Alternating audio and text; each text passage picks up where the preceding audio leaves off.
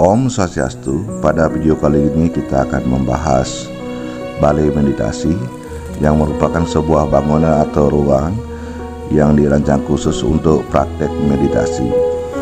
Dalam budaya Bali, istilah balai merujuk pada bangunan atau pavilion tradisional yang sering digunakan untuk berbagai kegiatan sosial, keagamaan, dan ritual. Sedangkan meditasi adalah aktivitas untuk menenangkan pikiran dan memperdalam pemahaman spiritual. Secara umum, balai meditasi berfungsi sebagai tempat yang tenang, jauh dari hiruk-pikuk kehidupan sehari-hari, yang memungkinkan seseorang untuk berkonsentrasi pada meditasi, refleksi, dan perenungan diri. Balai ini dirancang dengan suasana yang mendukung ketenangan dengan ventilasi dan pencahayaan alami, serta seringkali berada di lokasi yang menyatu dengan alam. Dalam konteks Bali yang kental dengan tradisi Hindu, meditasi sering dikaitkan dengan praktek spiritual atau keagamaan yang bertujuan untuk mencapai ketenangan batin, pemurnian diri, atau berhubungan dengan aspek-aspek ilahi.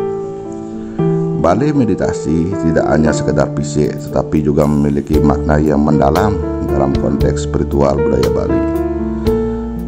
Berikut fungsi dan penjelasan balai meditasi. Dari segi fungsi atau spiritual, balai meditasi digunakan untuk aktivitas spiritual, sembahyang, yoga, atau meditasi kontemplatif. Desainnya yang tradisional, lokasi yang tenang dan damai, yang merupakan simbolisme dalam agama Hindu Bali. Tempat untuk retreatment, pelepas diri, sering juga digunakan untuk program wisatawan yang mencari ketenangan batin, pusat retreat di Bali. Dengan memadukan tradisi, spiritualitas, dan alam, balai meditasi menjadi simbol penting dari masyarakat Bali yang menghargai keseimbangan antara tubuh, pikiran, jiwa, serta cara mereka menjaga hubungan harmonis dengan alam dan dunia spiritual.